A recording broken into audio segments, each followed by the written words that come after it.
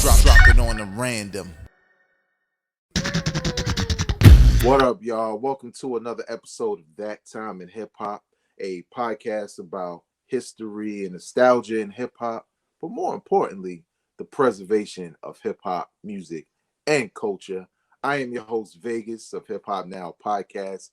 With me, as always, the homie Tony of IntoTheDome.com. What's good, Tom? Look, man, drinking some ginger and cayenne and turmeric, you know what I'm saying? I'm trying to stay healthy, man, because every now and then those craft beers can jump on me. You know what I'm saying? So Yeah. I'm good, fellas. Everything is lovely down here in North Carolina, man. No complaints, brothers. Trust me, I know all about them craft beers coming up on your gut, man. I'm doing sit-ups now for that shit.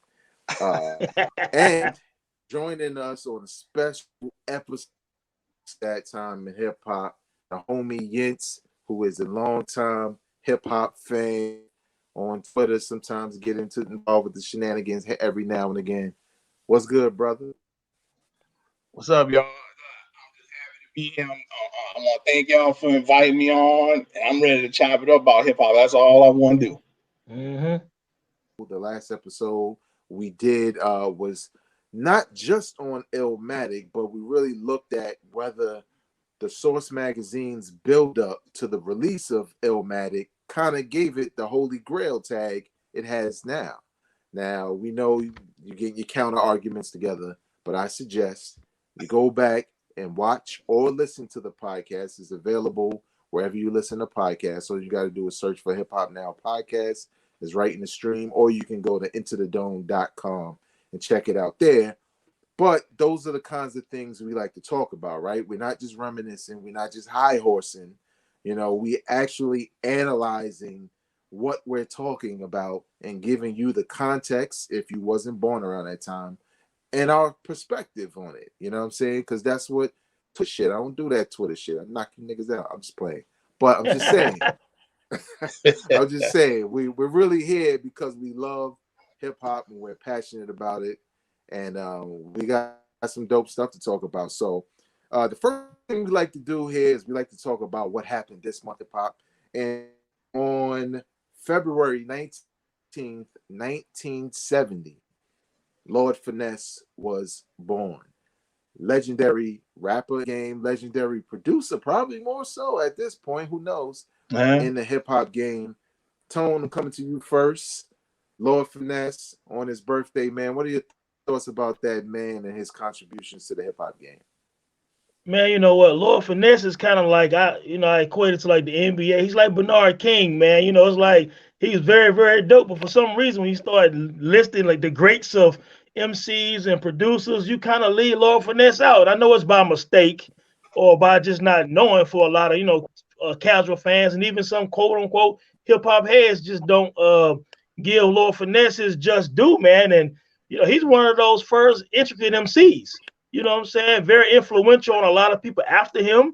You know what I'm saying? He was pretty much Big L's mentor. If you listen to some of Big L's style, you'll hear some Lord Finesse and G-Rap in Big L. You know what I'm saying? As far as on the production end, you know what I'm saying? I mean, he did Suicidal Thoughts for Biggie. You know what I'm saying? I mean, he did MVP for Big L. You know what I'm saying? He did Street Struck, which is my favorite Big L song. He produced several songs on the Lifestyles and the Poor and Dangerous for L. He produced joints for a lot of people, man, and he pretty much is the godfather of the DITC. You know what I'm saying? He spearheaded the DITC, which of course is that legendary conglomerate with Fat Joe, Show and AG, and a couple other guys, man. So they did their mark in hip hop. You know what I'm saying? Individually, they were all dope, but Lord Finesse is like the head. If DITC is Voltron, he's the head of the DITC. So yeah, man. I mean, what can you say about Finesse, man? The dude is a legend, man. He always stayed low key. You know what I'm saying? He never pat himself on the back. He just did his thing. You know what I'm saying? Silent assassin, man. Big up to the brother, you know what I'm saying? And just, his contribution, I'm glad we do shows like this because you got to give these brothers their flowers, man. You know what I'm saying? So, and I would also have anybody watching this show go back and do the knowledge on Lord Finesse, man. The Awakening, man. The fucking technician, man. I mean, real talk. Dude is a legend in this game, man. For real. Yeah, man, for sure. I totally agree. Yentz, your thoughts on Lord Finesse on his birthday? Yeah, I mean, just kind of piggybacking off of what Tone said. I mean, Lord Finesse, to me, he was like one of the first quote like punchline rappers. Yep. Like Lord Finesse had, you know, just slick lines for days and days. And the Big L comparison, I mean, yeah, he's almost like his child almost. You know, he spit Big L out. That's how much of an influence Lord Finesse was on him. And then on the production side, just like Tone said, so many songs for Big. There's a song in particular he did a version of the song "Come On" with Big and Sadat X. That Yeah. Lord Finesse version is Yeah, just I dope. remember that. It's got dope horns in it. Mm-hmm. You know, just hard drums. I mean, he's like a, you know, like a Swiss Army knife. You know, he can do it all. He rhymes, the DJing, you know, Mm-hmm. producing. In 2020, he dropped like this album was like a tribute to Motown, and he put his like little spin on a lot of classic Motown songs, and that was dope. He's not rhyming like he was before, but he don't really have to. You know, a Dope. member of one of the dopest crews, all of those guys. He's among some heavy hitters as far as production goes. You got Diamond, you got Show, you know, you Yeah. got Buck Wild, you got all them guys. Yeah. You know, and all I would say that all of them as a unit, you know, just like Tone was saying, you know, Lord Fest is kind of overlooked, might not be the right word, but you know, you don't really hear a lot said, and with the flowers and everything like that. So yeah, I'm glad we're talking about Lord Finesse because he's definitely one of my favorites in hip hop. Mm-hmm. Yeah, I agree with both of y'all, man. He's like I like what you said, Tone. He is like Bernard King, like underappreciated. You know what I'm saying? In the hip hop game, I think because he made his splash as an MC, and I agree. Like he's kind of like somewhat of a precursor to. Obviously, there was Big L also, but like a Fabulous. You know what I'm saying? Early on with, you know what I'm saying, with the return of the Funky Man album and stuff like that. Mm-hmm. But I think he's kind of, you know, underappreciated because he stepped out of that MC chair full time and started producing. And I think a lot of times people don't know what he's done. You know what I'm saying? They think he was a dude who had a couple of hits in the early 90s and then he faded away. But they don't realize that brother been working, you know what I'm saying, Oh all yeah, these years. So definitely, Mm-hmm. man. Shout out to Lord Finesse, man. One of the Yeah. dopest MCs and producers in the hip hop game, and he's still here. So can happy I add birthday one to him. thing? Yeah, Can I go add ahead. one thing? I also wanted to add that his affiliation with Ice-T and the Rhyme Syndicate. Yeah. He's like one of the Mm-hmm. earliest East Coast MCs to get over on the West Coast Yep. and work with legends on the West Coast, and he Mm-hmm. also done some production things with Drake. So Yeah, you know what I mean? Like he's all over the place, and Oh his yeah. influence. You know What you what? say? Oh yeah, man. Just ride your coattail. Matter of fact, if I'm not mistaken, the last track on Chronic 2001, the message or something like that. I think Lord Finesse produced that track for Dr. he Yes, Dre. did. sir. He Yes, did. sir. He did. Yeah. And that Yeah. track was crazy. That track was Yep. One of the crazy. best on the album. One of the Yep. best. Yeah. Yep. Yep. Salute. Happy birthday, Yeah, man. Lord Finesse. So definitely, man, go out and do your homework on Lord Finesse, man. He's not just some fly by name. He's not just some producer. You know what I'm saying? I think that the magical part about him, if you only know him from production side, is he was a formidable MC. You know what I'm saying? When he dropped, people was feeling him. So big ups to him. Before we get right into the main topic, I kind of wanted to start with this, and I kind of forgot. But I wanted to say, especially on this type of program, rest in peace to Prince Marky D of the Yeah, Fat man. Boys, who Yeah. passed away recently. Well, Me and Tone did an episode on the Fat Boys. We analyzed them as a group. We analyzed them individually. We covered what Prince Marky D went on to do. Yeah. All of it. And Tone, when we put that episode out, and obviously we're promoting it, tagging the Fat Boys, Cool Rock Ski followed me on Instagram. And I was like, wow, like, you know what I'm saying? Yeah. Because for us, we grew up with them, you know what I'm saying? Oh, So, Absolutely.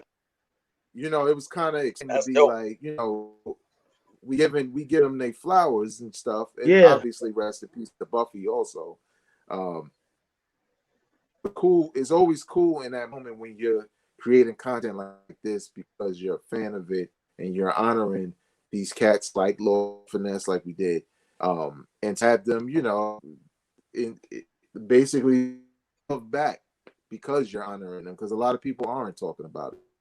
But yeah, man, Prince Marky D, man, the did so much. It's kind of similar to Lord Finesse, right, on the production side. Like, there's a lot people don't know Slept about on. what man touched on the production side.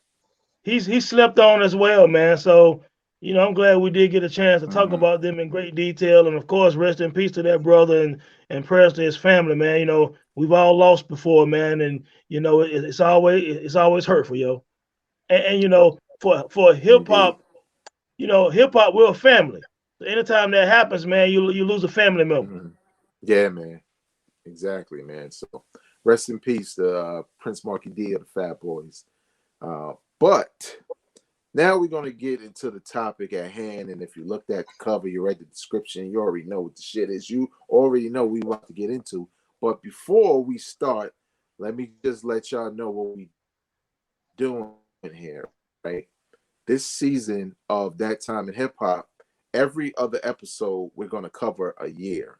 And Tone is picking out the year, talk about, the albums that came out, how we felt about them, the years. And we're always going to have a guest on those episodes. Hence, we got Yent's bars. See, I'm good with mine. You see that? But, you know what I'm saying? It's just a dope way to cover the year and also get someone else's perspective on that year that was there. And listen to many of these albums and have their own personal stories with hip hop in that year. So, Tone, let's talk about the year we came to talk about. Well, look, you know what? The 90s, is like the 80s on steroids to me. You know what I'm saying? And you talking about an amazing decade where, depending on who you talk to and ask, they'll give you a different year in regard to which one was the best one. You know what I'm saying? Or which one was the top 3 of the decade or the top 5 of all time, in hip hop history and stuff like that, man. So the 90s is always very interesting to talk about, man. So tonight on this episode, we're going to talk about 1993 because 1993, some special things happened this year. This is the year before Biggie and Nas. This is the year after Dr. Dre's Chronic. So just real quick, when I think about the Chronic in 92, or what happened in 1993, well, most people would remember that the biggest and most anticipated album in rap history came out in 1993. And that was Snoop Dogg, you know what I'm saying, with the Doggy Style album. You know what I'm saying? So just thinking about that, how many years did something that monumental and that anticipated come out? Not too many years, something on that grand scale came out, and then we look at 25, 30 years later, Snoop Dogg is actually one of the most popular people in the world. Yeah. You know what I'm saying? And if 1993 didn't happen the way it happened, if Doggy Style didn't happen the way it happened, he was going to be the dope guy on the Chronic album and maybe disappear. You know what I'm saying? But now the Doggy Style took West Coast to another level after Dr. Dre had already changed hip hop. So 1993 is no doubt is the year of Snoop Dogg. You know what I'm saying? But not just Snoop Dogg. We're gonna get into some other albums real quick. But before I get way into detail, man, anything you want to say about 1993, kind of on a broad scale, vague and yes? Yeah, let me well, Jens, you go ahead. You go ahead and talk. All right. Well, besides what Tone said on that, the anticipation on that Snoop album, I'll have a hard time thinking of any other album. Like, you know, his album was anticipated when you first heard him on the Chronic. So to wait until 1993 seemed like it took too long for his album to drop. And Snoop transcended hip hop, just like Tone said. I don't think there's a person alive that don't know who he is, even if they don't know him from music. They know who he is. They might see him in the movies. They might have seen him on TV. You know, he kind of changed himself too over the years. He had the Snoop line, and he went with the reggae album. I think he even put out like a Christian album. Did he? Yeah, he did. Yeah, he did. Yeah, you know. So he's kind of all over the place and never lost favor, you know, within hip hop, because you know a lot of times hip hop can be finicky, man. You start doing something that's not what people expected of you, you know, you might get criticized. You might even fall off for it. I don't know if he fell off necessarily, but you know, he done it his way, and you know, you can't take nothing from Snoop. So that's what I gotta say about him. Yeah, I agree. Like in 1993, that anticipation for Snoop album was crazy. Like, I know, like you said, man, the anticipation was there with the Chronic. Like the Chronic was like his coming out party. The minute I heard like Dre Day, or fuck with Dre Day,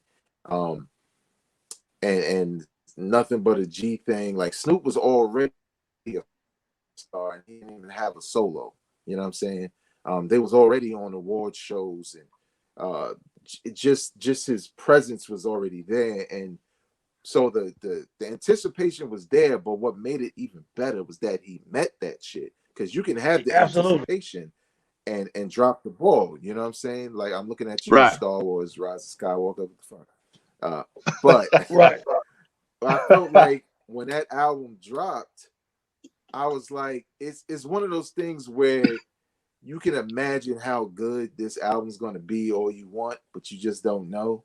But then it comes out how you imagined it, and sometimes better than that. And I felt like Snoop was that, you know what I'm saying, between Murder Was the Case and Gin and Juice and records like that, just kind of really setting it off. So I agree, man. 93, like no one can deny that. Like they can look back at all the albums, because there's a lot of joints in 93. We're going to go over that. 100% correct. When you're talking about the biggest album out of all of them, regardless if there's other classics, it was Doggy Style.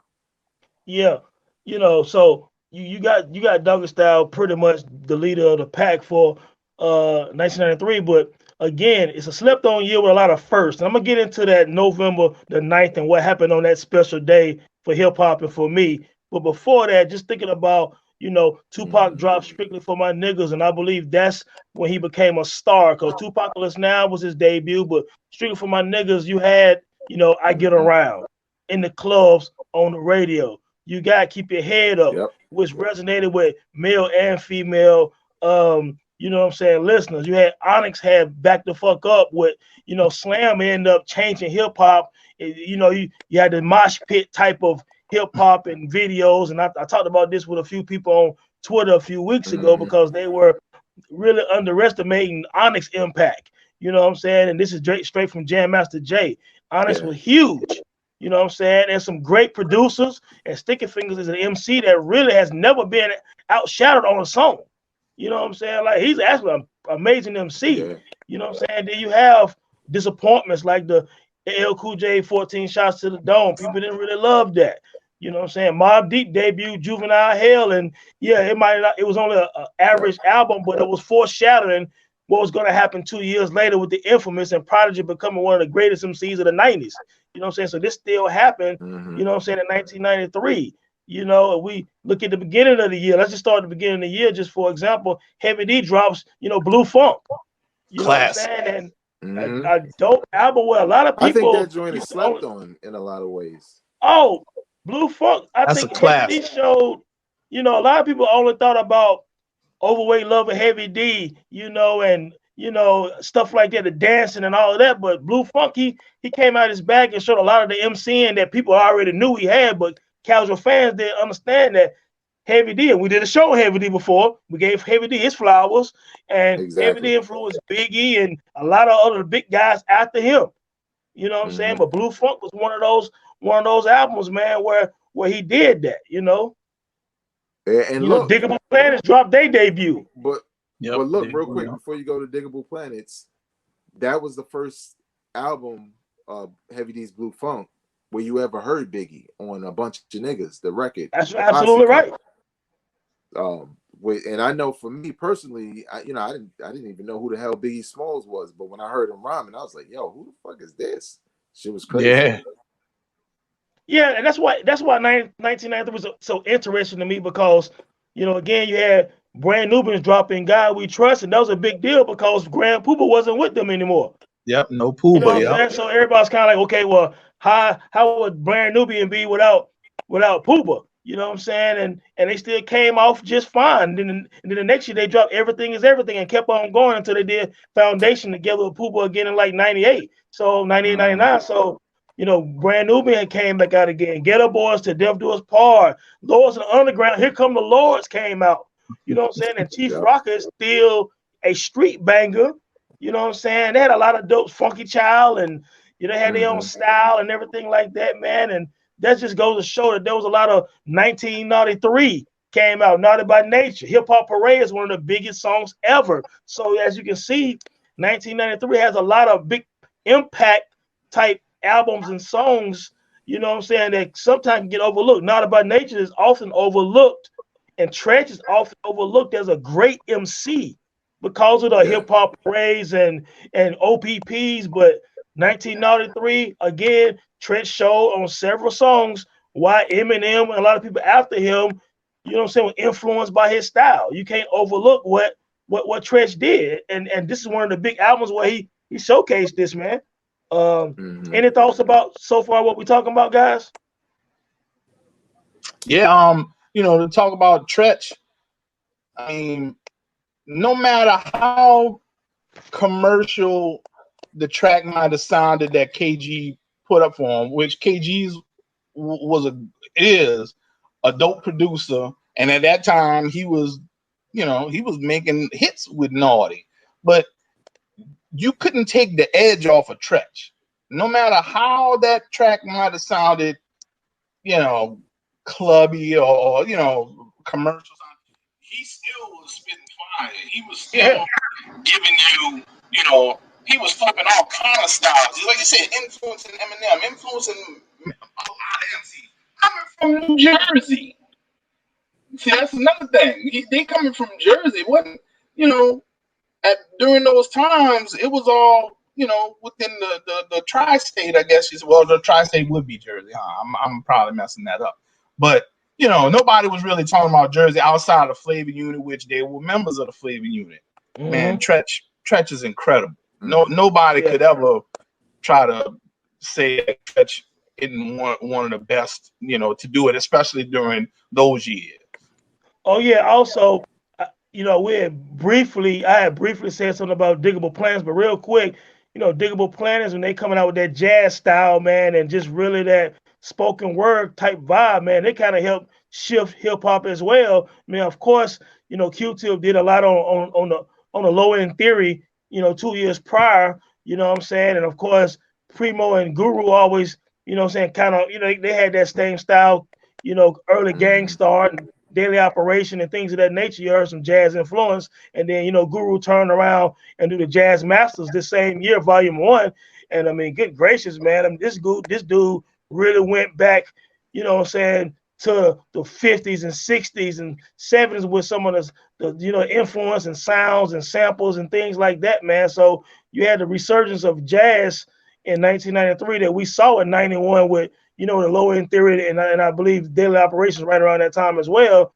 And 92, you didn't hear it as much because the Chronic came out and everything was back to the George Clinton and all that type of thing. But 93, we saw some jazz back in effect too, man, with both of those albums, man. And also, man, just thinking about it, Run DMC, speaking of Onyx and Jam Master Jay, Run DMC came back out that year with Down with the King, Down man. with the King, yep. And when Pete Rock did that remix, man, and the video had Onyx and Easy E was on the video.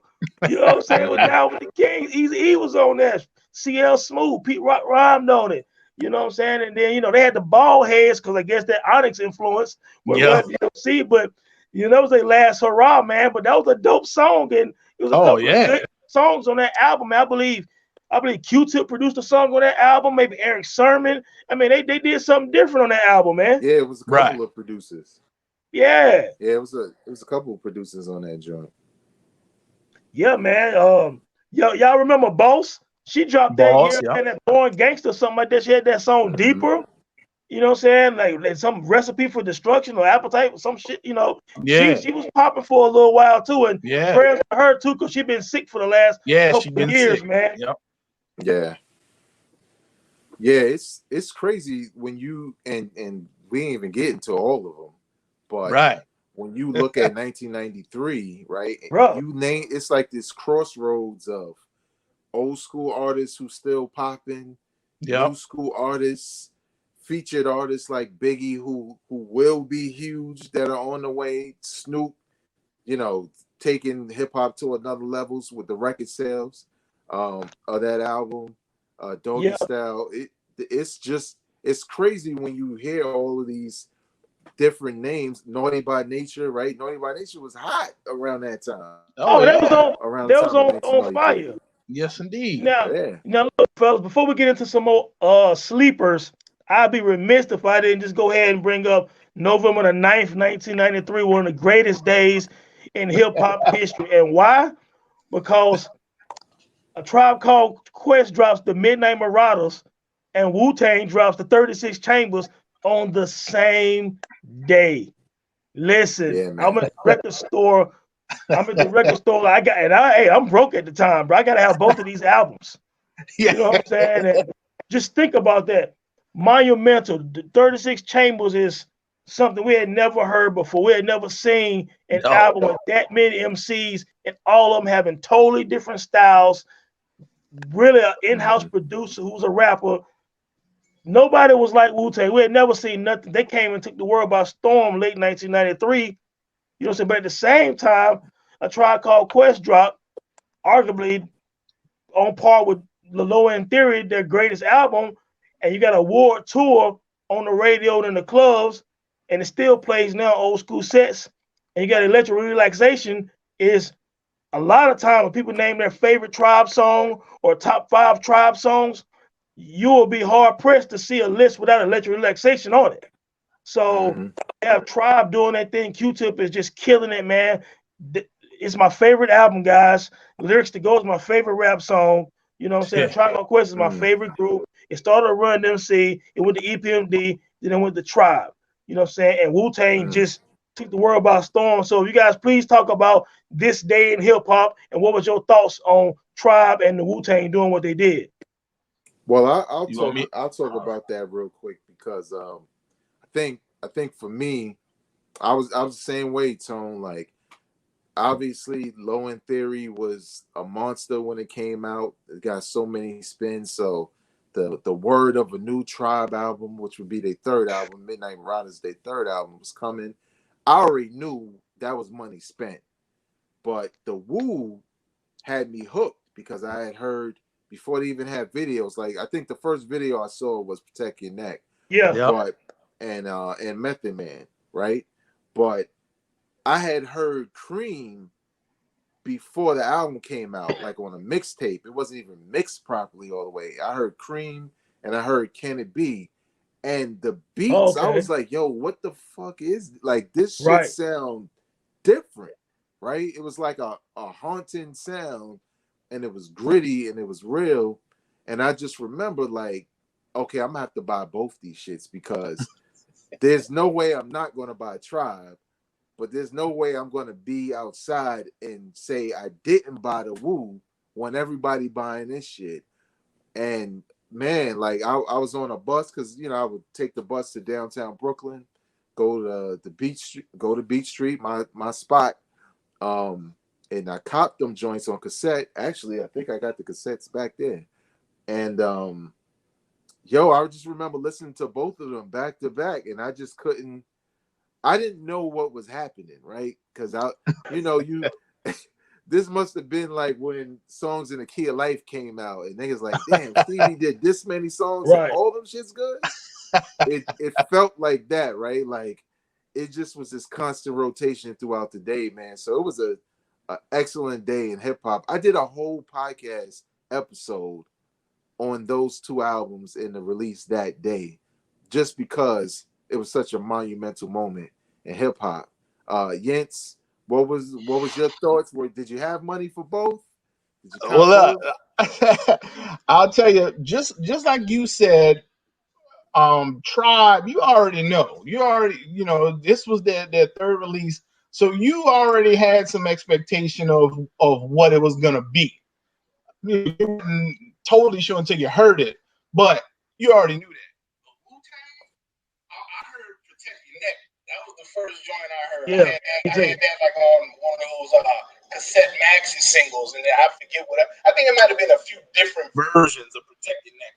I don't think it had another song on there. It could have. I don't know. But so you hear the low end, and just like you told, Lyrics to Go is the best Tribe song. Period. That in my opinion. That's just the best Tribe song that they ever put out. Love that song. Love that album. Midnight is my favorite album from Tribe. Just all the way listening through. Nothing. I can't complain about anything as far as that goes. But man, Wu-Tang, Lord have mercy. Wu-Tang was like, that shit just was like berserk. That's the only way I can put it. Because just like you said, the beats were real grimy and full of crackles and everything like that, and weird, obscure samples and everything by RZA. Every single MC put in top-notch performance. I mean, the whole album was like a one giant posse cut. That's what I remember. Yeah. Thinking like, God damn, there are all these dudes in every single song, and how do you keep it sounding fresh on each song? Sometimes you might, especially 9 dudes, you're gonna be like, well, shit, I don't want to hear, such and such anymore. But no, you wanted to hear all of them. You wanted to hear everybody. RZA too. RZA was bringing it on there too. Man, that Wu-Tang just kind of was just crazy. It just came out of nowhere. That gritty sound that the RZA, did with 36 Chambers. You also heard that on Black Moon Enter the Stage album that came out that same year with the beat the way they did it, because there was some dark joints on there like Slave. You know what I'm saying? And I Got Your Open Original and all that. So How You Act Like You Want It. You know what I'm saying? There was some tracks on there that they had that basement sound that Bristol's kind of showed on Method Man album and on the 36 Chambers. You kind of got that feeling with the earliest. You could tell which songs were recorded early on Enter the Stage, and you could tell like probably the later songs that was recorded would have been like who got the props and how many MCs, because those beats sound a lot more clear. But the earlier songs sound like Powerful Impact, the first track on the album. It sound like a basement type of joint, like What the Blood Clot on to Kyle, or something like that. You know what I'm saying? But man, I'm just thinking about that year, man. You had Fat Joe Represent. You know what I'm saying? That was a dope album, man, with Fat Joe, man. The Roots. We had a few more debut albums. You had the Roots. Organics came out. A lot of people didn't hear Organics after they heard Do You Want More, that came out a year or two later. But Organics was like their first recording, man. And a lot of people still haven't heard Organics, man. They think that Do You Want More is their debut album. It's not. So so you got that joint. You got what's another joint, man? Cypress Hill came out Black Sunday. What I'm saying? That they multi-platinum album. Cypress Hill is huge. And Black Sunday just kept on taking them to that level where they end up being, man, legends in the game, man. And Black Sunday was a huge album. You know what I'm Yeah, saying? let me say a quick note on that. Like I had, I had the self-titled debut, which was dope. But what I like about Black Sunday was it's just so different from the debut. Like it's like on the first album, it was like, you like, oh shit, it's like NWA, but Yeah. Mexican version, you know what I'm saying? Um, but then on the next album, it felt like it was still that Cypress Hill, from the debut,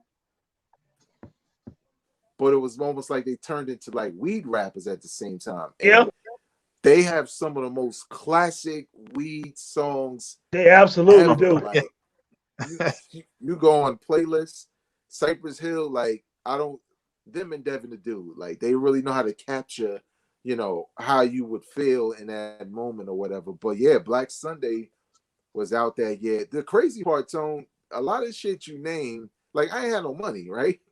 So a lot of the shit you name, I'm like, damn, I had that, I had that, I had that joint. Like I had no job. Like what the I don't remember where I was getting the money from to buy these shits. Maybe I had some allowance or something, but There you go. That's it. That's right.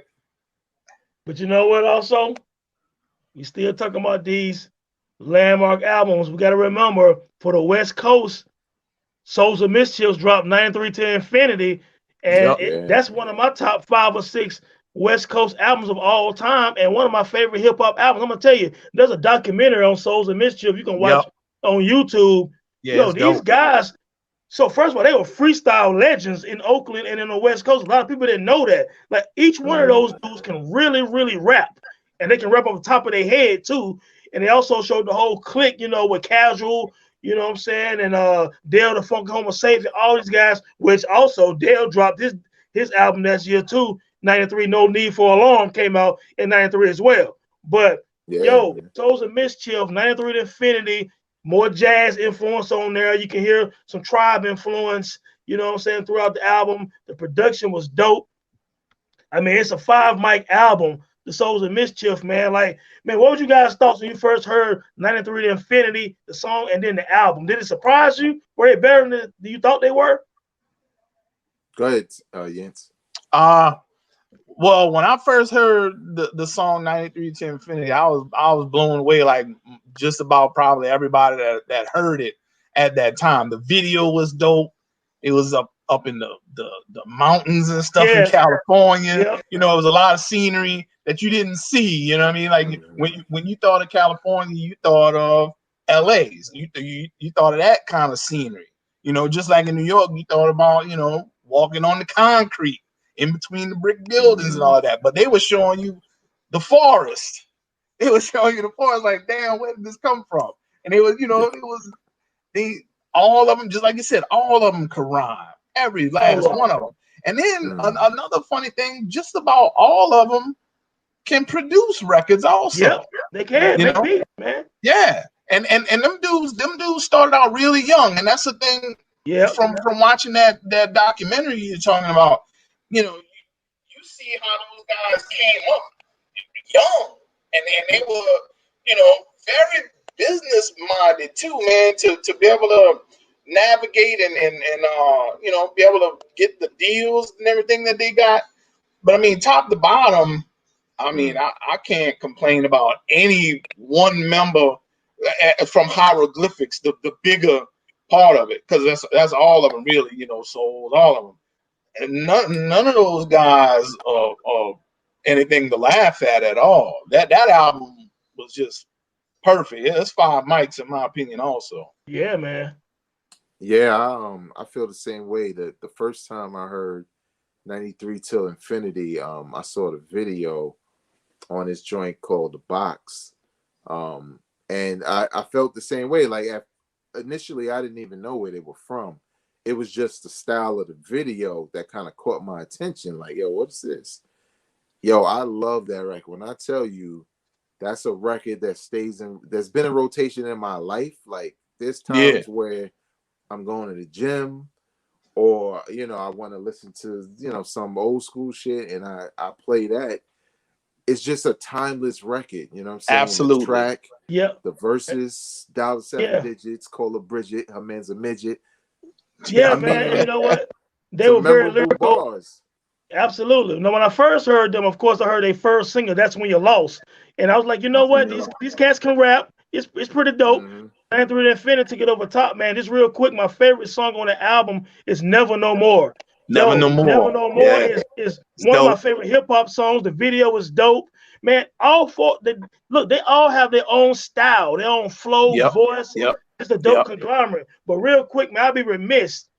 One of the other biggest debuts of this year, of 1993, the Blastmaster KRS-One released Return of the Boom Bap. Boom You know, bap. with him and Primo doing the production.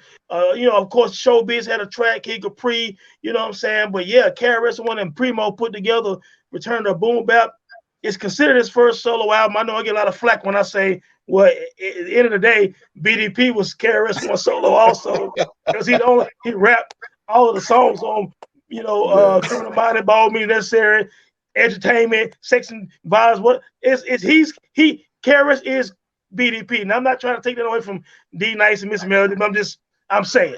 Hmm. But for technical reasons, I'll say, okay, I get it. Return to Boom Bap is his debut. And man, when you think about KRS-One, why they call him the teacher, over the last couple of years, we've seen more and more police violence. Of course, police violence never went in the world, you know what I'm saying? But I'm just saying Hmm. it came into the forefront with cell phones and the cameras. And you remember when, KRS was talking about the sound of the police.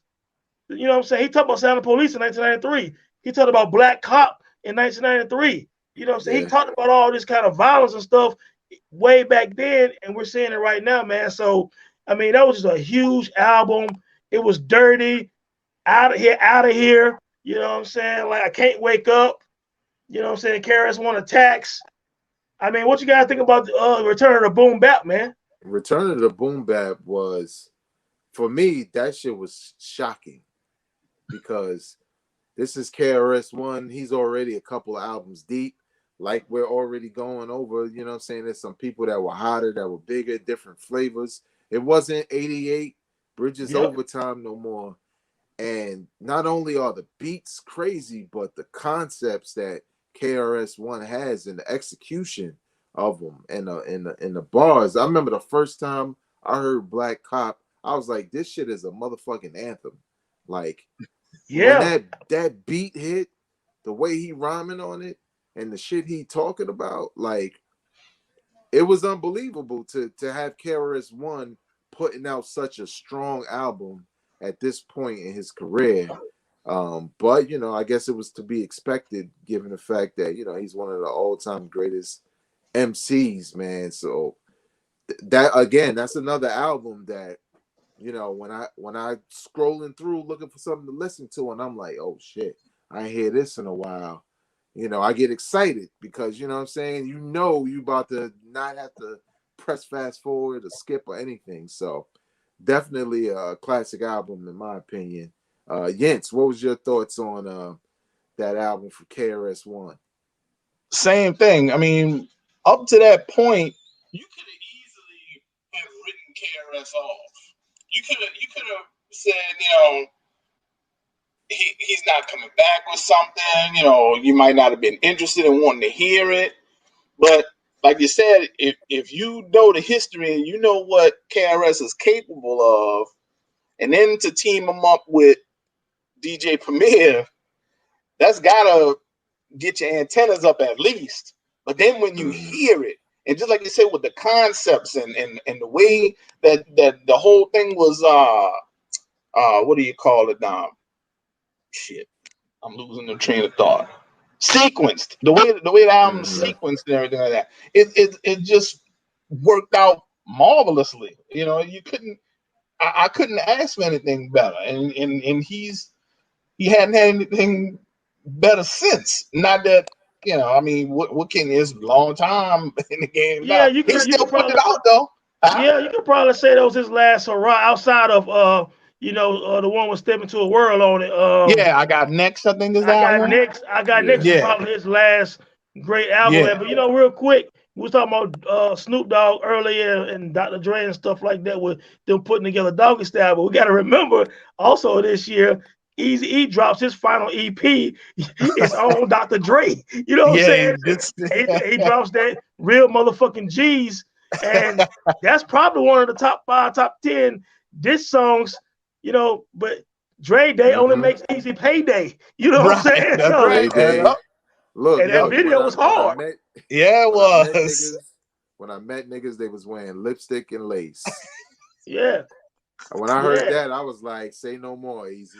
Like, Yeah, that shit was crazy. That shit was Yeah, crazy. man, real G's, man. You know, with Easy. So just want to say rest in peace to Easy, because that was the last one he did that he was a part of when he was yeah, alive. I mean, I know they had Eternal and all that stuff like that, but he was, you know, that wasn't really him.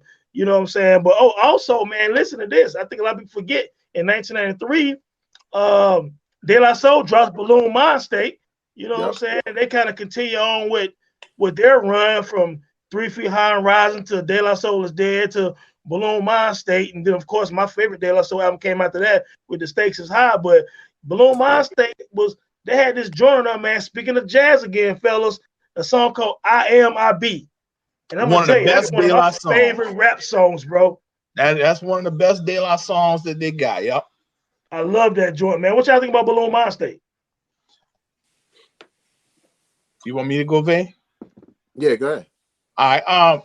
I like Balloon Mind State. It was that. Now we talking about jazzy kind of vibe. That always struck me as a little more toward the jazz side as far as De La's catalog was up to that point. Man, just like you said, I Am I Be. Oh my God, that's Ego Trip. Ego Trip, all of Ego that. Trip. And see, another thing I like to say too, Pasta Noose, man. I love Pasta. Pasta Noose. You know, both of them are dope, but you know, Yeah. we always choose one. You know what I'm saying? We always choose one, Mm-hmm. and it's Pasta for me, man. You know, he's just his whole way of writing, you know, and the way he puts it all together, just dope, man. And it shines through on every album. His just the way he does his thing. Love that song. I Am I Be. Yeah, I Absolutely. agree. I think for me, I wasn't really. I mean, I like this single, "Break It Dawn." I think that was the Break It name of the Dawn was the Yeah, single. Break It single. Down is one of my favorites. I That love the was the single. single on there. I think for me, obviously, there was a bunch of other shit to listen to as we're going over. And I ain't have money for everything, so I think the sound was a change for me from De La Soul is Dead, because I really like De La Soul is Dead and 3 Feet High and Rising. And I think at that time, man, that transition was happening, right? I'm heavy into Death Row. Yep. You know Right. what I'm saying? You got all these debut guys, you got Snoop and all this. So like only albums like a KRS-One like grabbed my attention. Like, yeah, I know I'm old school, but Return of the Boom Bap is crazy. So Right. for me personally, that's one of those albums from back then that I actually need to go back and like really listen Yeah, to man. Go with back and fresh check that ears. out, man. Check that out. So Yeah. real quick, I gotta show my sister some love as well. With Salt and Pepper dropping Very Necessary, having that Shoop and Mhm. Waterman and none of your business and all that stuff. That was a huge Salt and Pepper album. And yeah, I think this 1993, well, you could have wrote them off too, because it's the 90s Yep. now and it's not the 80s anymore and stuff like that. But they came out looking good and sexy and dope videos, and you know what I'm saying, they were still sharp, man. And they had that joint popping, man. And you had Queen Latifah drop Black Rain, you know what I'm saying, Shit. with Just Another Day, and you know what I'm saying, and UNITY, you know what I'm saying. Hmm. So MC Light dropped that Summer, you know what I'm saying. Like I said earlier, Boss drop, you know what I'm saying. So the sisters had 4 or 5 dope projects in Yeah. 1993 as well. But before we go into that, I was just thinking a funny song that came out that year. Remember Domino, that Ghetto Jam, and Sweet Potato Hmm. Yep. Pie? So Sweet potato pie. Battle Cat produced that whole album, and Ghetto Jam it's a street classic, man. Like Oh, no it's a doubt. classic. Yeah. But talk about the sisters real quick, and we'll get into Domino. Yeah. Well, remember, Yo Yo dropped an album that Yo year Yo dropped also. too. I think it was that's what makes 93 such a dope year, and a year that a lot of people don't think about, right? They think about they may think about Doggy Style by itself for 93, or they may think about the Wu and Tribe dropping on the same day. But we didn't even name everything yet. No. And when you think about No. how commercially big Salt and Pepper was on that album, and this, Huge. you know what I'm saying? And they came out at a time where, you know, you would think like, all right, there's a new guard coming in and Salt and Pepper, y'all were cool, but we moving on here. And they kind of transitioned in a way that I think worked for them, right? I never really felt like, oh shit, Salt and Pepper, what's this shoot shit? You know, y'all Oh done yeah, sold their out. music was still dope. Yeah, it worked for them, you know what I'm Yeah. saying? So I think it was a dope year for the ladies, and it was different looks, right? Like Black Rain is my favorite Queen Latifah album. Oh, that album is amazing. Like, yeah, like That's a I feel great like album. even Weekend Love, like that was my shit. I mean, I You get know out what I'm 4.5 mics out of 5, maybe 5. I mean, it's damn near classic. Yeah, it's damn near classic. And let me say this one thing too, right? For hip hop, right? We know, ladies and fellas, you know, it's been a mistake over the years, even though, you know, the ladies have gotten chances to do things. But when I first heard UNITY, every time Queen Latifah says, "Who you calling a bitch?" I'm like, yeah, who you calling a bitch? Like, I just love the way she said that shit, because Right. it's the kind of force that gets your attention, right? The males get to do it all the time in hip hop, but this was a point where, to me, for a genre where that word gets thrown around a lot, I felt like Queen Latifah was the rightful person to be like, "Who you calling a bitch?" Like, you know what I'm saying? Like, that shit was just ill to me. The Yeah. equalizer. But Vince, what you think about the ladies in 1993 in these albums? I'm gonna start with Queen Latifah. That UNITY, you know, came out at the perfect time, perfect message. You know, just her rhymes was all good. The production and everything on that. Now, the Salt and Pepper. Let me tell y'all a little story about the Salt and Pepper. I had a neighbor. at the time. Every time her husband washed her car, she would have the radio blasting "What a Man," because he out there washing the goddamn car. And she used to drive the piss out of me. I ain't even gonna lie. But yeah, you know, just like you said, with Salt and Pepper didn't try to, you know, they stuck doing what they wanted to do. They made the music they wanted to make. They didn't try to conform to maybe how the industry might have wanted to steer them in a direction. They made their music, and you know, can't take that away from them either. Now, the MC Light joint, I barely remember. Like, you know, what was the songs on the MC Light joint? Is that the one with Because it can't be the one with Roughneck. Was the Roughneck on that song? Yeah, that's the one with Roughneck on it. Well, is it? Yeah, all right. I kind of was thinking that was. Yeah, you know. Man, I think Cold Rocker Party might have been on that too. Is that the same album? Roughneck, I'm looking right now. It might be one after that.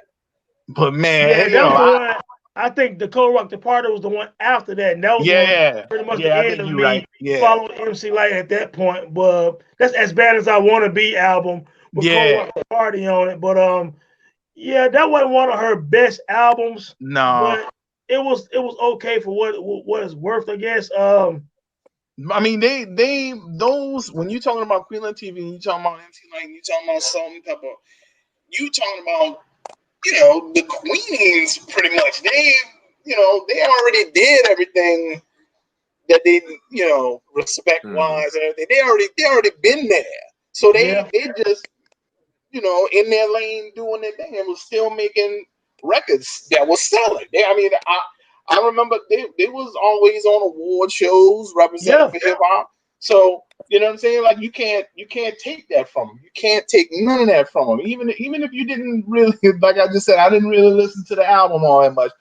Big respect to them, because anytime hip hop needed to be represented from a female perspective, they were always there, and they still there. They still there. Maybe not musically, but they still doing things here and there. You know, that keeps them hip hop, and they stay repping to this day. they still represent the culture just fine. I know I said something about the West Coast a few minutes ago with Domino and the Ghetto Jam, but also with the West Coast, man. You know, MC Ren dropped Shock of the Hour. MC Ren dropped his debut album. I was hoping that Dr. Dre would have produced it, but I know they had stuff going on at the time or whatever. Yeah.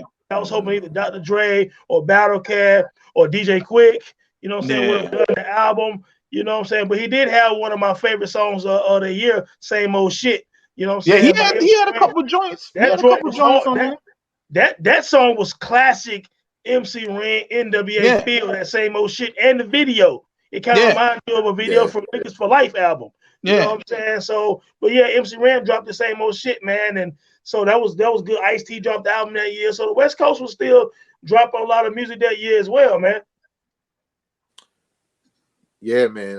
It's crazy because as you continue to go over this list and you think about, again, all of these artists that you feel like would be fading around this time, and then those that are successful on, or like a Salt and Pepper on a more commercial level than anything, like, you know, they're getting a lot of spins. Compared to a lot of these guys, like, except for maybe like Snoop. You know, Salt and Pepper getting the same amount of spins in a lot of ways, you know what I'm saying?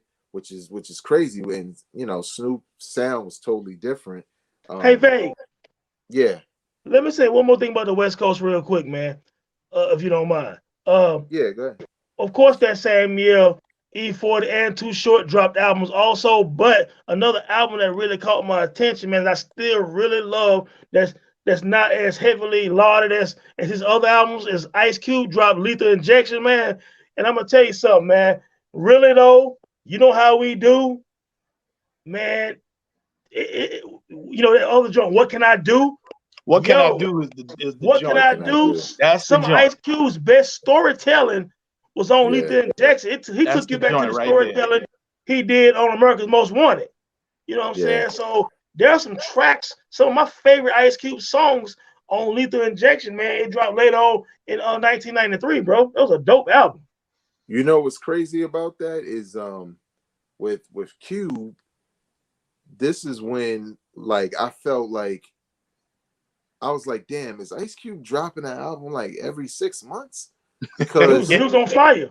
Yeah, I was like still listening to Death Certificate, and I didn't even know Lethal Injection was coming out. I just happened to go in a record store, and I thought it was fake because I saw the cover and it said Ice Cube, and it had the syringe going into the headphones on the kid, and I was like, I had to ask the dude, like, yo, what the is this real? Because remember, this is '93. They got bootlegs and shit. In New York and everywhere else. And you're a big Ice Cube fan, because I think you said before that Ice Cube, one of your favorite rappers, and I think was it Death Certificate or America's Most Wanted, one of your favorite albums?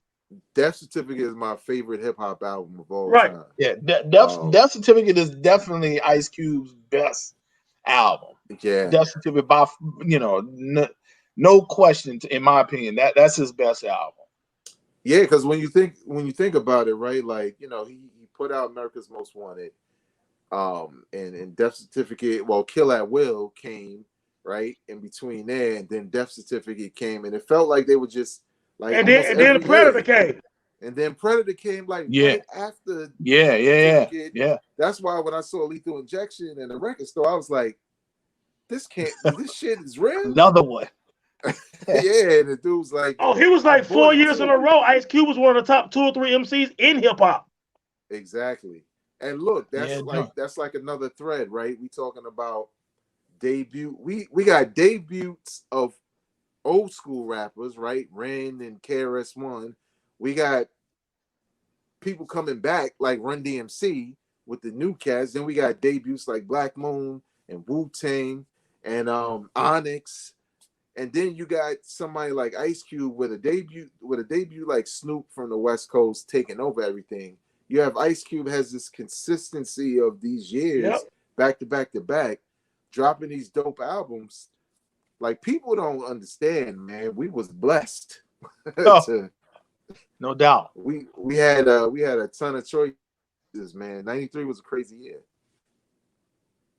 Yeah, man. Even Chris, I see right here, the Alcoholic dropped 21 and over, back to the West Coast again. Look, Alcoholics, Yep. very slept on MCs. 21 and over was a very dope album. They had several dope albums. You know what I'm saying? Like, West Coast has some dope groups when you think about the Far Side, Souls of Mischief, the Alcoholics. I mean, these are some dope groups, man, with nice albums and really good MCs, man. Like, can't overlook them, man. You know, even with the Cypress Hill and all of them. Yeah, man, they had a hell of a run on the West, man. And '93, actually, the West Coast was a lot stronger in '93 than I thought they were. Yeah, they had a lot of Yeah, dope and releases. versatile. Versatile, yeah. Very versatile. Another release off the West Coast was Ice Cube's former buddy, Cam. You remember that album? Oh, Never Cam was Again. dope. Cam, yeah, man. Cam was just like how Cube kind of had that Black Panther mentality. He kind of had that knowledge of self coming in through the solo work. Well, this cat Cam was just like that in his debut. That never again. Cam was a very serious cat. Yeah, I like this one video he had called Peace Treaty. You know what I'm saying? Yep. Yeah, Peace Treaty, but Cam had the voice, the look. He was a serious brother. Yeah, you know what I'm saying? He wasn't no clown dude. You know what I'm saying? He was a serious cat. He was serious about his lyrics. You know what I'm saying? He was respected on the West Coast. Yeah. You know what I'm saying? Like, yeah, Cam was one of those guys that he show up, cats show him love. Right, no doubt. Yeah. Yeah, since we're talking about West Coast, I didn't even realize this, but Spice One also dropped an album. Spice One. 187 he wrote. The 187. So listen, so the title track, 187, is one of the hardest rap songs I ever heard. I'm gonna tell you, it has a almost sad reality of gang life, from the music to the intro, how the song come on, to the lyrics of someone it was very vivid, someone in pain and conflict. It's one of my favorite hip hop songs of all time. I was just talking about this on Twitter a couple of months ago, man. That 187, even the hook to it, everything about that song is grim. Yeah. It's grim, man. But he painted a perfect and a beautiful, if there's such a thing, picture of the reality. You know what I'm saying? Yep. Yeah. Also, keeping it West Coast, King T dropped an album. I love King T. And that's where the Alcoholics first got introduced, was on that Trifling album. Exactly. That's where you and Exhibit. Yeah, Exhibit. Yep. All that Liquid Crew. All of them. Crew. Now look, yeah, here's an album that dropped in '93 that I think maybe for me it was like the hopeful youth and me wanting him to have the same comeback or the same impact, I should say, that KRS-One had. But y'all remember when Big Daddy Kane came back with Looks Like a Job 4? Y'all remember My feelings was hurt, man. He had the hoodie on. My feelings was hurt, vague. I was hoping for a comeback. You know what I'm saying? I'm a Big Daddy Kane fan, man. I love Big Daddy Kane, man. You know what I'm saying? So it's like, man, like I remember the single, like How You Get a Record Deal. You know what I'm saying? Yeah, that's a dope song. That was a dope song, man. Yeah. But I mean, outside How You Get a Record Deal, man, I mean, I think he might have thrown Enough Respect on there from Juice. Was that on there, maybe? Yeah, but outside of that, man, like, you know, you had a lot of Easy Mo B and the Trackmasters doing the production, but it just didn't pop off the way I really wanted it to. But, you know, KRS was able to do it, but Kane, it just didn't work, man. And, I don't know, man. Kane at times was before his time, which is the gift and the curse, but it just didn't roll over. And I know, Vague, for you being a Brooklyn guy and a Big Daddy Kane fan, I know you probably had some mixed emotions. It was very heartbreaking because when I heard him on the Juice soundtrack with Enough Respect, I was like, okay, Kane, like, all right, I see what you're doing there. And like you said, How to Get a Record Deal was like, all right, I see what we're doing here. But I remember I bought the vinyl to either How to I Get a Record Deal or maybe Looks Like a Job 4. I bought the vinyl for that, and Very Special was on the B side.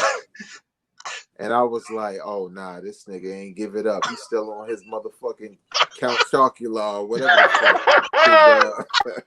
Whatever, Count Blackula, whatever the fuck, Prince of Darkness. Hey, real quick. Do you remember that video on YouTube when DMX finally met Rakim?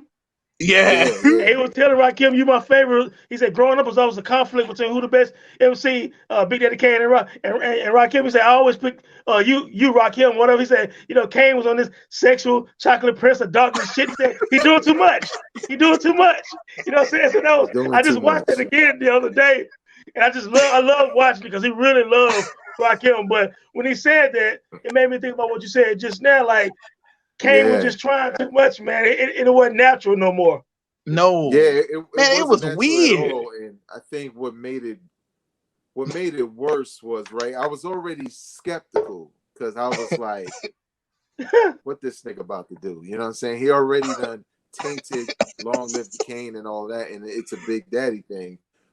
Man, but the purple bandanas with the purple jean suits, I was like, nah, this nigga ain't niggas started doing songs with Barry White and shit. Trash. Yeah, I don't know. I mean, I don't know. Hey, but you know what? Off Kane real quick, another old school dude who did come back from the Symphony and came back this year with another dope album, as he always does. Master Ace dropped the Slaughterhouse. You know what I'm saying? With that Jeep ass nigga and a bunch of other. Listen, Master Ace don't have a bad album. No, like, you might like one better than the other one. He still rap the look, dude. He still sounds like it's 1988. Yeah. He still rap the same. Yeah, he really dope, man. Go ahead, again. I can't get over that Big Daddy Kane shit. But yeah, Ace is damn dope. But I gotta go back to Kane because it's like one of those damn. It's like a hip hop mystery. Like how the fuck? How? Like you got the debut. You got the sophomore. You eating off them 12 inches. That's where everybody loves Kane. Everybody loves the live performance. You know, you can never take that away from him. But like, I don't know what was the like the marketing value of getting like trying to go in that direction. I could understand if you had, you know what I'm saying, like you want to do a couple songs. But like he like was going like Kane was hanging with Madonna and Kane was hanging, you know, he was doing that kind of stuff. So I guess that's where that music comes from. I don't know. You know, he was doing all the Playgirl and all that shit. So you know what I'm saying? Like I don't know what happened that I don't know what the fuck happened. And he can still I've seen footage not too long ago where he was freestyling and he sounded dope. No doubt. But goddamn, what the hell happened? And like, well, all of those albums after the first two, everything was still cold chilling. I don't think so. I don't think so. I don't think so. Not that would have made a big difference, you know. But like cats like Kane, like you could get production from anybody under the sun. The fucking world is just waiting for you to, you know, put the feeler out, and they're gonna send you tracks. I don't know what the marketing is. Just the weirdest shit. You half naked on your on your album covers kind of shit. It's just like way crazy. And at that time, like I think Kane probably was the only cat, silk suits, silk shirts. You know, he was like, and of course too, I think Kane was probably older than what a lot of us think.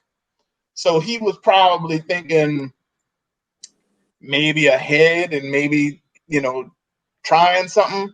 But like, I think after the first time you see that shit went like terribly wrong, you had to reevaluate. Like, I don't know if he was like caught up in like some kind of, you know, you got to put out a 4-album type deal shit. And I don't know, man. Love, you know what, too? Yeah. And I watched a couple of interviews.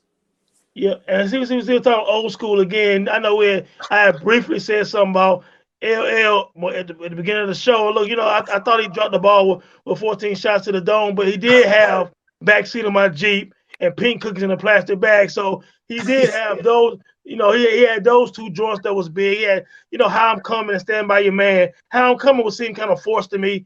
You know what I'm saying? But he did have one thing that was weird though. Going back to production.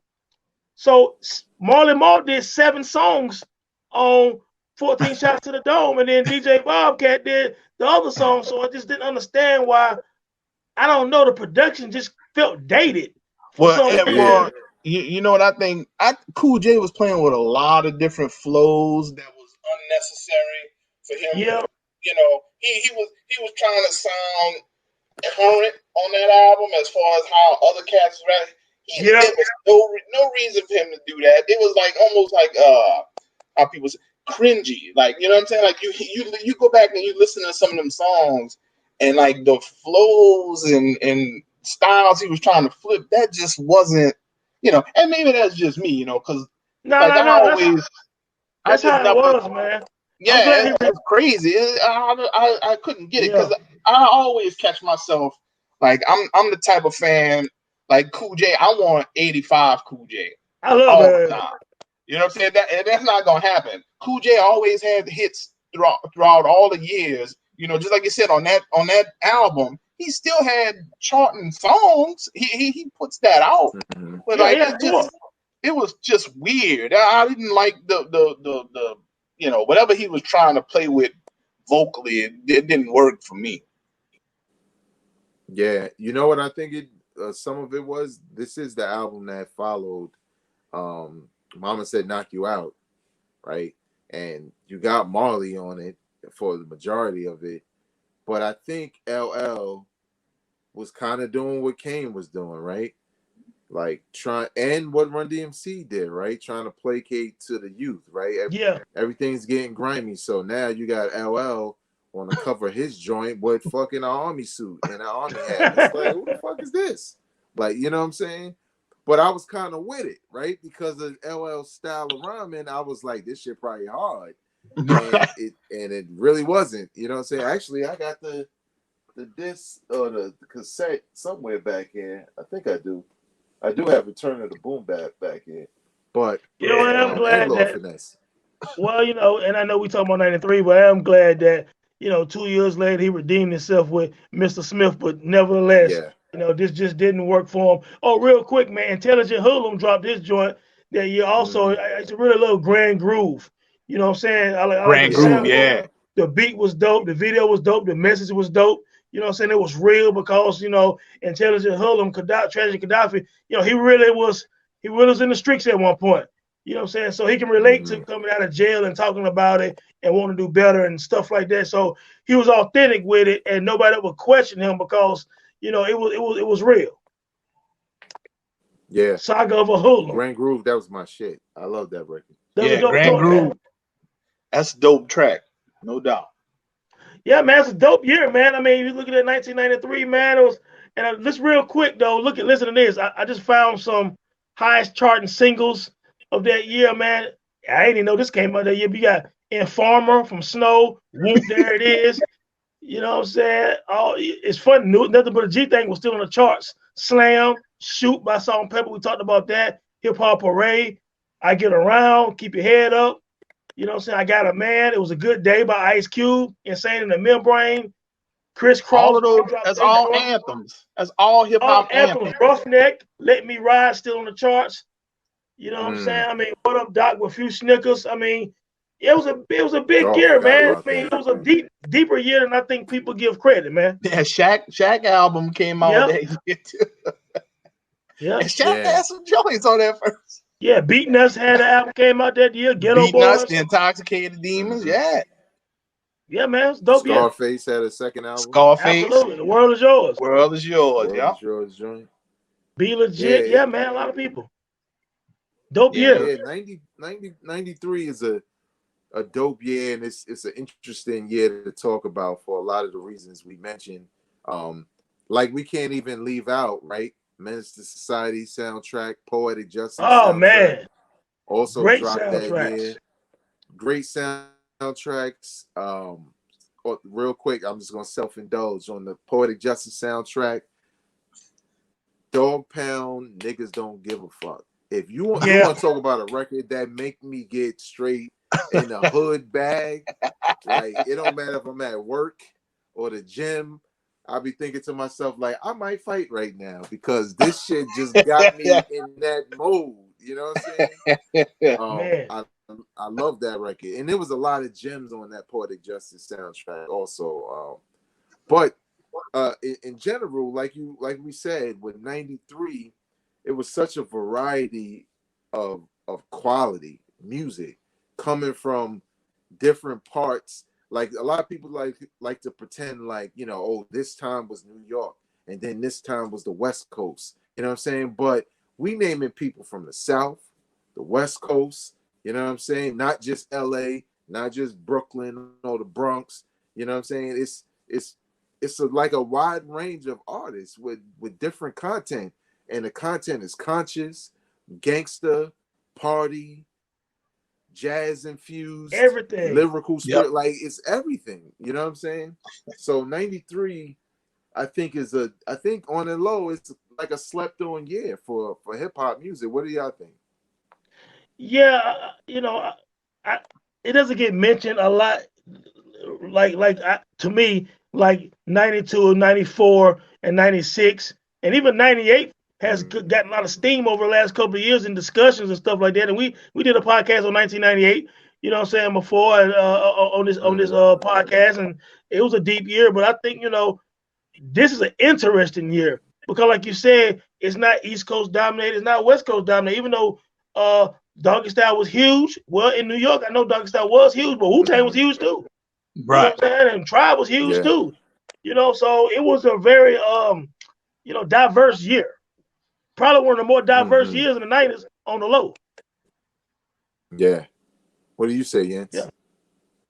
No, I agree. Even though you had those huge, you know, Doggy Style, Wu Tang, the Midnight Marauders, like that, you still had a lot of stuff that's right there. Like you could in this year, you can choose a whole rack of albums and be satisfied with each listening that you give.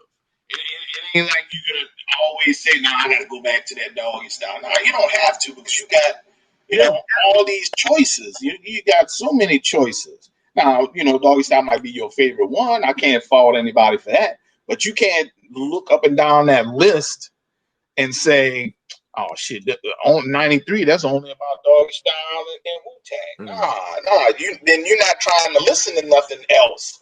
That's all that turns out to be, in my opinion. If you're not trying to listen, then of course you're gonna have, you know, you're gonna have that opinion that only those releases were worth anything at that time. Exactly. And one quick note, like, you know, for those that's younger or whatever, and they kind of pin the '90s to certain artists and certain events. Might have been some early, you know, East Coast, West Coast stuff popping in, because on that song I mentioned by Dog Pound, Snoop takes a shot at Onyx on there because there's a part in the hook where he's like, "Throw your motherfucking guns in the air. We don't care. Niggas don't give a fuck, nigga, about nothing at all. Just my dogs and cocking the grip, bitch." I was like, "Oh shit!" Like, yo, he's talking about Onyx.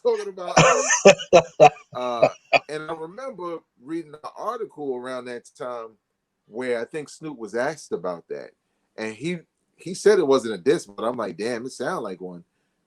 He said dissing. That, yeah, he was definitely dissing, but he said that they were riding around to go to the studio or something like that, and they went to I think they went to the record store, and they was, you know, they heard about Onyx, and Onyx was new, and they bought it, and they was just like, "Throw your guns in there. What kind of shit is this?" Like, you know, they just weren't feeling it, and that's where that lyric came from. It definitely was a diss. Snoop always ass betting every time he like, "Oh no, I was this." Yes, you was, nigga. Like, cut this shit out. Yeah, it was. But nevertheless, man, you're right. If you're watching or listening to this podcast, man, and you remember 1993, or maybe you wasn't old enough, but you listened to a lot of these albums and you enjoy it, man. Give us your reminisce. What's the best album in 1993 to you? Did you listen to some of these albums? Did you know all of these albums dropped in 1993? Leave your comments in the comment section below. We definitely read comments. Yeah, and I was going to think about something else. Wow, this nigga Big Daddy Kane had a song on that album called Chocolate City. This nigga can't stay away from damn chocolate, can he? Like, just can't. Prince of Chocolate. Damn, But Kane, we damn. like to get into a part of the show where we recommend something you should go back and listen to, besides all of the albums we just mentioned. For me, my recommendation this time around is Scarface the Fix Album out of 2002. The thing about this album for me that hit different, I was a big Scarface fan. Like, Mr. Scarface is back. It's like my Death Certificate Part 2. I love that album. It's not a skip on there. I'm a huge Scarface fan. But the Fix was surprising to me because I knew it was the Def Jam connection, the Rockefeller connection that was going to give him a different sound, but I didn't know how that was going to sound to me, being a big Scarface fan over the years. And I'll just say this, Scarface can do anything. He can do anything. He sound good over every track on here. It don't matter if it's a track that you could tell was clearly designed for the radio, like one of the tracks he has on here with Kelly Price. I can't remember the name of it. Let me just look real quick. What Can I Do? I didn't necessarily care for it. But it wasn't like I didn't like Scarface's verse. You know what I'm saying? It was more so, this one might be a little too commercial, or just the simple fact that the records that came before it, it wasn't a good sequence or a good place to bring that record in. But it's 13 tracks long, 47 minutes long. Also features from WC to Jay-Z, Kelly Price, like we mentioned, Nas, Faith Evans. I just felt like I didn't know what to think about Scarface with this type of production, this sound, and records like My Block, where you just like, wow, Scarface just can't ever be whack. Like, he can't. He can do what he wants. Holding his own on the same record with Jay-Z, and guess who's back? His verse is just as dope as Jay-Z's is. Still gets spins today when it comes to old school mixes. You always hear it. And even the joint he got with Nas called In Between Us was a dope record. Nas' verse on there is fucking crazy too. Because he's telling a story. And even the track with WC, I Ain't the One, that beat and just how they rapping, like, it's, to me, I'm almost comfortable calling this a classic. I think maybe one Kelly Price feature would have been good enough. The Faith Evans one I could deal with. It's a cool track. But I felt like they were starting to push the boundaries of what a Scarface album should sound like, as far as it sounding, like just a good cohesive record. But man, the Fix 2002, Gents, I'm gonna come to you. What you think about that album, and what's your recommendation for this show? All right. I mean, Scarface is just he's a hip hop, just a legend. He's a legend from everything he done prior, Ghetto Boys, to his solo work. I've never not been impressed by anything that Scarface has done. When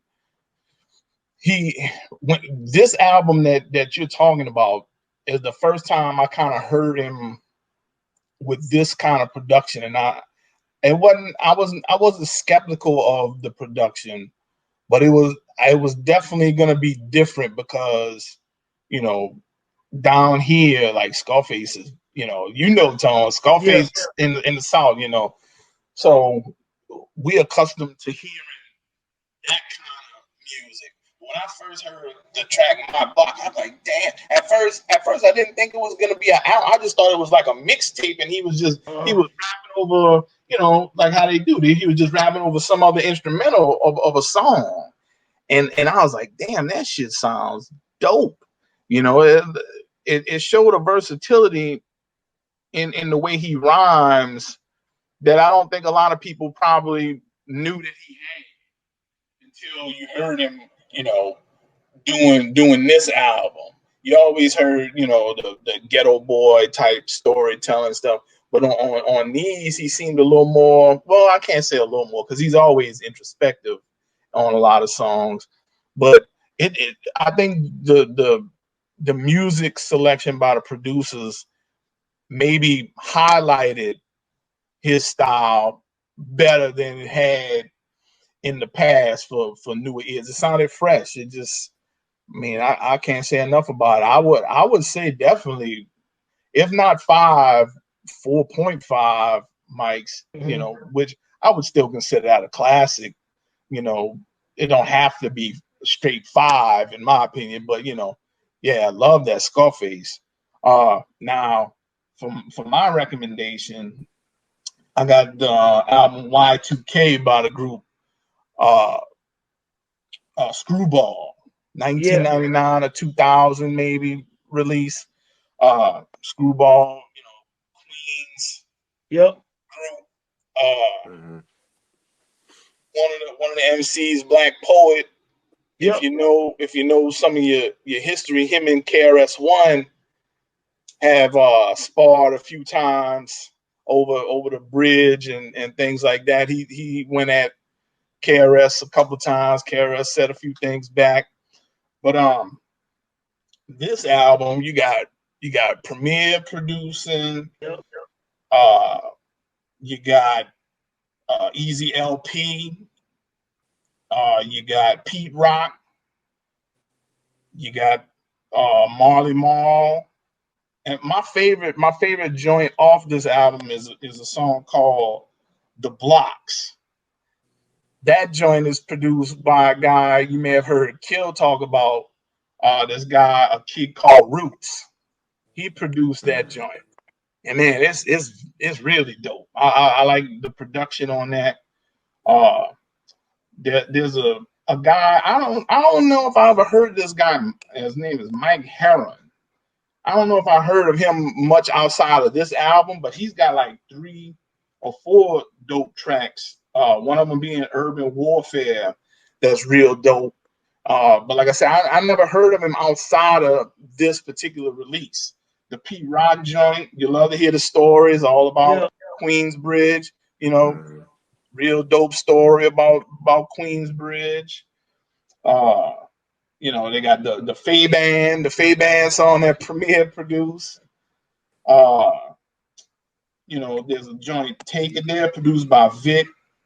It's just an all around street record. It's I'd put them like Capone and Noriega. Matter of fact, Capone makes an appearance on the album, so I'd kind of put them in that category as far as the content and everything like that. Mobb Deep kind of thing. On the Real, that's a dope joint. Marley Marl produced, got Havoc and Cormega on it on this version. It also appears on Nas' album too, with Nas has a verse on it, but that's a real I like the piano sample in that track. But yeah, Y2K Screwball, dope out. Yeah. That's one of them joints that kind of passed me by back then. I never heard the entire album. I heard songs off of there. But a lot of people talk about that album all the time. And now we live in an age where you can just look it up on the streaming service and check it out. So I'll probably do the same. Tone, what you think about that Screwball joint, and what's your recommendation? Oh, real quick first, man, the Fix. I love the Fix. Oh yeah, the Fix. You know what I'm saying? I thought it was 5 mics. I thought the production was able to enhance his storytelling and his emotions and stuff like that. He's always introspective, but I think the Fix, he just went somewhere else with some of the emotion. It kind of reminded me of a few songs early in his career, like he had a song "In My Time" that came out on Last Up Dying Breed. That type of track reminds me of stuff that's on the Fix. So Yep. I thought it was 4.5 to 5 mics easily. Just a beautiful album. The Y2K joint Screwball, hard New York album. You know what I'm saying? Underrated, slept on. They had a dope video for their single too. You know what I'm saying? I mean, just hard production, hard rhymes, man. Black Poet is hard. You know what I'm saying? Like straight up, he kind of remind me of one of the MOP cats. You know what I'm saying? Like Black Poet ain't no joke. And he had other dope projects like Primo and other people. Years after that. So Black Poet was nice. My pick, man, is Tupacalypse Now. Pac debut, because a lot of people don't understand that for me, Tupacalypse Now, strictly for my niggas and Me Against the World, was who Tupac really was, in my opinion. You know what I'm saying? That's that deep, introspective, still kind of street, but really more poetic and more thought-provoking than just anger. He was mad on All Eyes on Me. He was mad on Machiavelli. But on Tupacalypse Now, man, it was, you got Trap. That's the history of him and his family. They understand about Trap, the cops, injustice, etc. If my home is called Brenner's Got a Baby, based on a true story, you know what I'm saying? Deep, you know what I'm saying? Lyrics, the video, damn, to make you cry. You know what I'm saying? Like, so I really love the way Pac was, you know what I'm saying, on Tupacalypse Now. Funny, I was looking just now, there's a guy named Big D the Impossible who produced like 7 songs on here. I don't know who he is. Maybe it's an alias. I don't know who Big D the Impossible is, but this guy did If My Home Is Called, Brenner's Got a Baby, Rebel on the Underground. I bet that guy's a Digital Underground affiliate. He might be. Remember, So Shock G is running. Yeah, Pac was running with them a lot, so I bet that guy's probably, yeah, it could be, because Shock G got a few songs he produced on here. You know what I'm saying? Of course, he still was down with them real heavy at this time. But yeah, man, Tupacalypse Now, man. What you guys think about Tupacalypse Now? What you think, Gents? I agree with what you're saying as far as the Tupac that you like. I agree totally with that. I think that album and the couple after that were really him. And you can see it and hear it in those songs. The later part, you're saying that angry one, still dope music, but like way out of hand as far as his anger. It took away from him. You focus more on whatever that anger was or whatever that that particular thing was, instead of the dude who wrote Brenda's Got a Baby. There aren't many dudes that can do that. There just aren't. And he's one of the guys that's blessed enough to be able to do that. And that's why I think people love him as much as they do for that, for the person who wrote Brenda's Got a Baby or anything like that. That's more of a person that you would like to see move in life and do stuff. And he was all set to do it, man. Just unfortunate things happen the way they do, But yeah, I like that album. What was the song you said? I'm forgetting. And If My Homie Call ain't on that album. Yeah, it's on that one. It's on there. But what was you said something else? Dang. Well, anyway, Trapped is on there. Right. My Home Is Called, Brenner's Got a Baby. All of those on there. Yeah. See, so like I said, during that time, he wrote songs that I mean, he still did it after he wrote songs that touch people in a certain way. It's a dope album. Now, as far as mics go, it's how the source says 3 is dope. I would say 3 within his catalog. Because I did, even though I like this kind of Pac, where he was mentally, the Angry Pac was pretty goddamn. Yeah, Angry Pac was damn dope. So I kind of lean towards the later Pac as far as like being maybe more favorite albums. But yeah, this is the album I bought. I mean, I got all his albums. This is something. Matter of fact, once during the rest of this work week, I'm gonna be listening to this album because I hadn't listened to it in a good while. So Yeah. it's gonna be good to go back through it and listen to it, and enjoy it like I did when I first bought it. Yeah, I agree. I think like with this album, like I was into Pac. I love Brenda's Got a Baby. You know what I'm saying? I love Track. Especially the visuals for both, because I think that's what really stuck with me. With like my introduction to Tupac and his music, especially through Digital Underground and all of that. Not my favorite Tupac album, but not the Tupac album I like least either.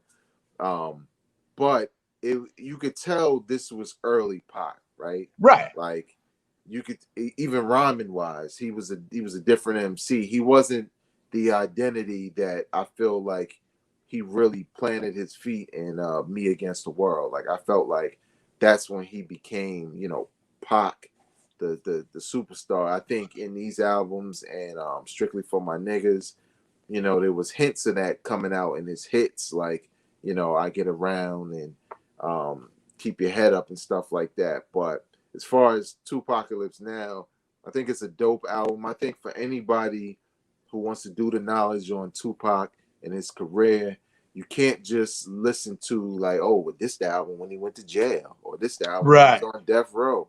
Like, because you kind of feeding only into the hype and the time where shit was kind of crazy.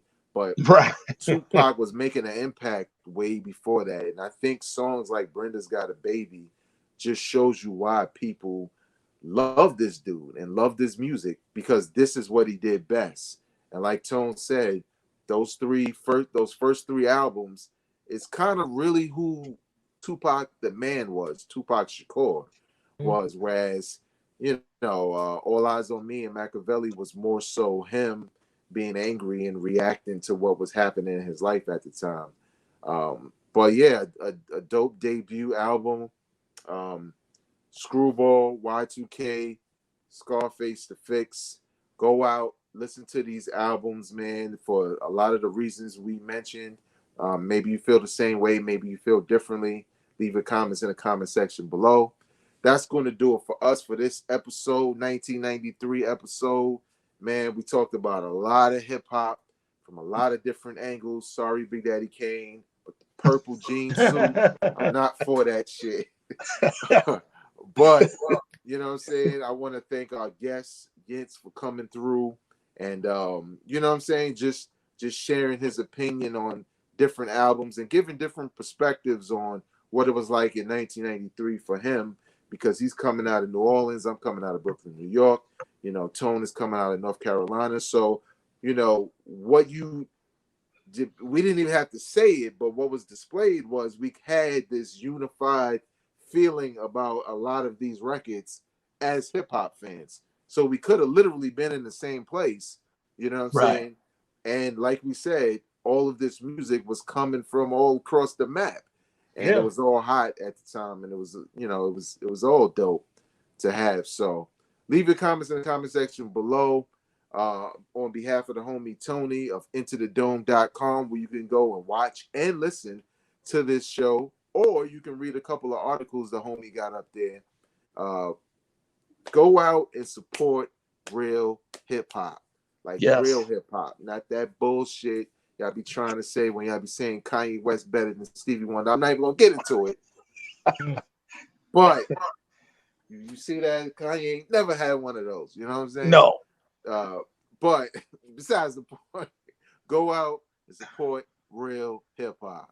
Peace. Peace. All right. Drop it on the random.